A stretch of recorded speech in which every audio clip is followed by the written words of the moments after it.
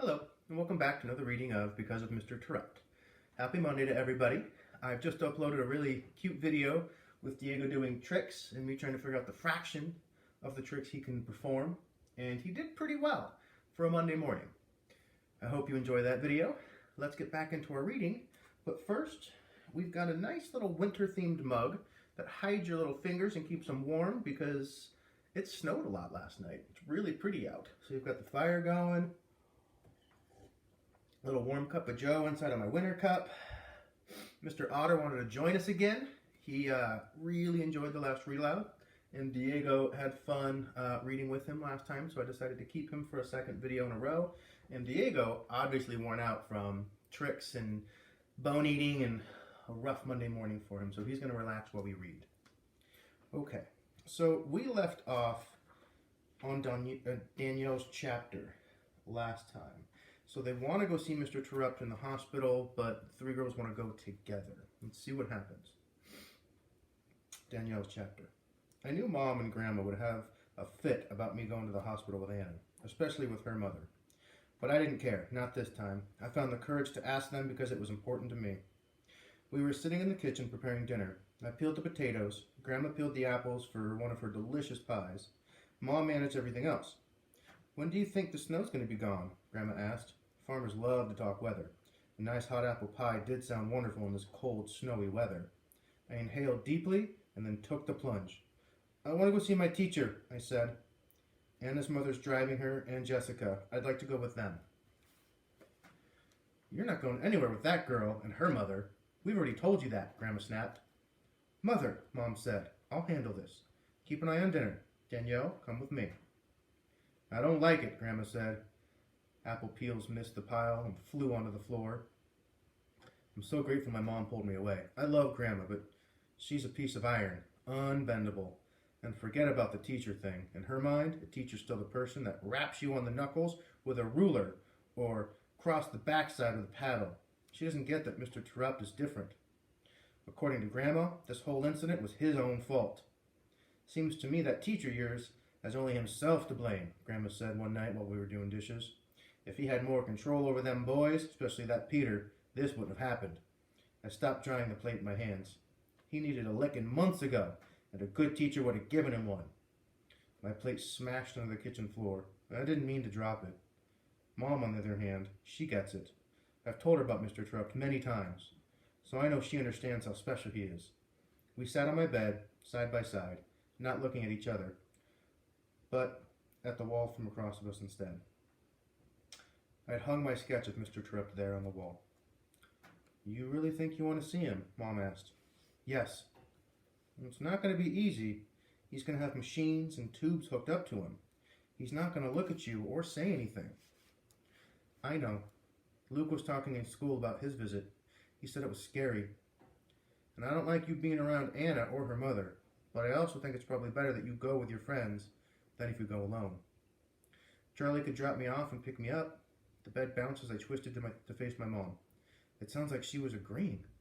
Oh, please be agreeing. Anna's chapter. Hi, what is it?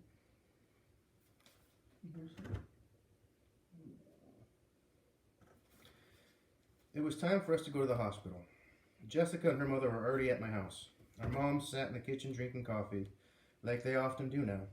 Jessica and I sat around with some books, but even she found it difficult to focus enough to read. Danielle's here, I announced as soon as I saw the pickup truck pull into our snowy driveway. Mom came to the porch to greet her with me. Oh my goodness, I heard Mom say to herself. She didn't even realize I was staring right at her. Same old red farm truck. Did she know that truck? I didn't get it. Hi, Danielle, I said as Danielle came up the steps. This is my mom, Terry. Hi, Danielle, Mom said. Come on in out of the cold.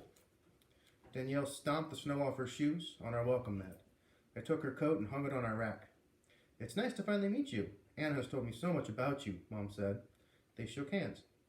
Nice to meet you too, ma'am, Danielle said back. Thank you for letting me come with you.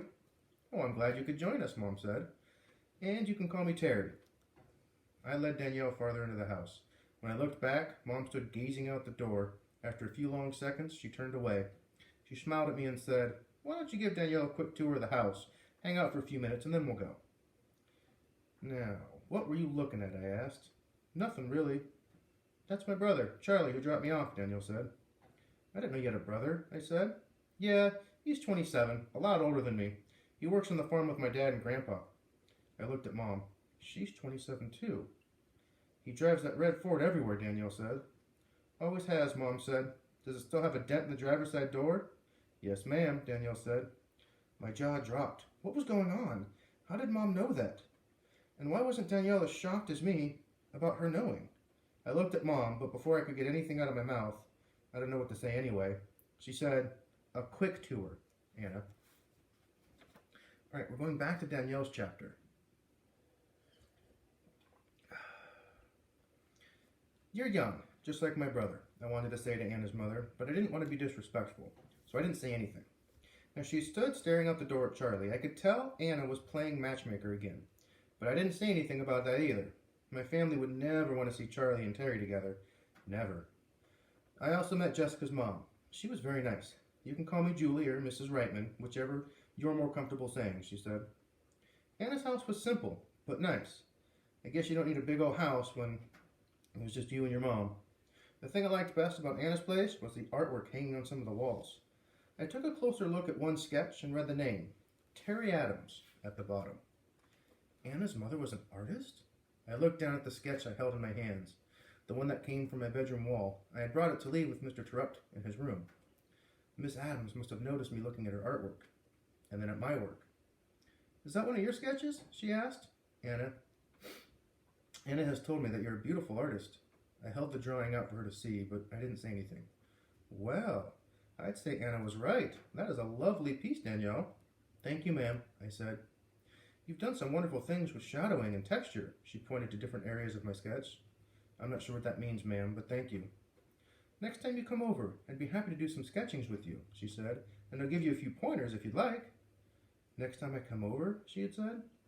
Anna and Jessica and her mom joined us.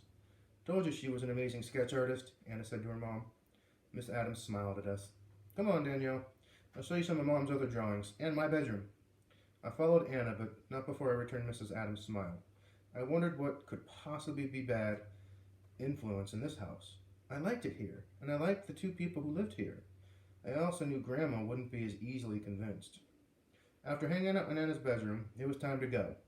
On the car ride, the three of us sat in the back seat. Jessica held her book, Anna held her plant, and I held my sketch. My special sketch. We were all quiet.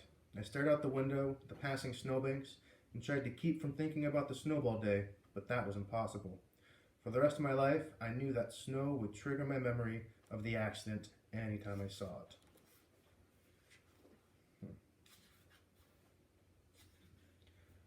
Alright, so we got a few chapters left. We're going to pause here, and I'll pick it up with Jessica's chapter next time. I hope you're enjoying the story, and I can't wait to read a little bit more with you.